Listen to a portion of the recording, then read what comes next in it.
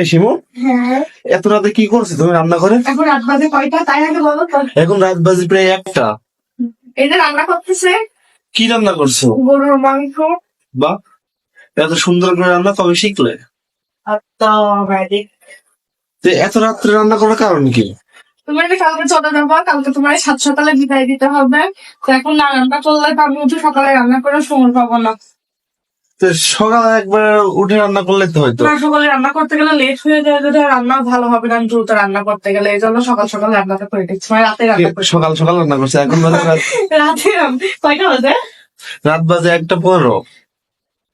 ওরে বাবা! 1টা 15 বাজে, এখন তুমি রান্না করতে যাবা? হ্যাঁ, এখন এটা রান্না করবো, আলু ভাজি করবো, একটু ডিম ভুনা করবো, আর ভাতটা কালকে সকালে তা আমি চলে যাচ্ছি বলে এত কিছু রান্না করার কারণ কি? এমনিতেই চলে যাচ্ছে, আমার কবে আসবে? আবার নাও আসতে পারি। হ্যাঁ,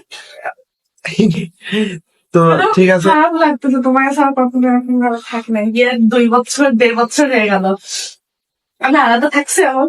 না একদিন থাকছি, তুমি তো আমার বাড়ি গেছিলাম। ও হ্যাঁ, ওই একদিন, তাছাড়া থাকি নাই।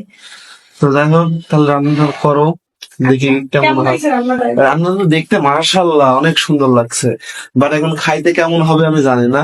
আমার তবে রান্না ভালো হয় না? হ্যাঁ, তা তো অবশ্যই হয়, হয় না হইলেও তো বলা লাগবে, সরে এখান থেকে, কিছু করার নাই। যাও। তো ঠিক আছে, রান্না করো, আচ্ছা, গেলাম, আমার মধ্যে টাটা।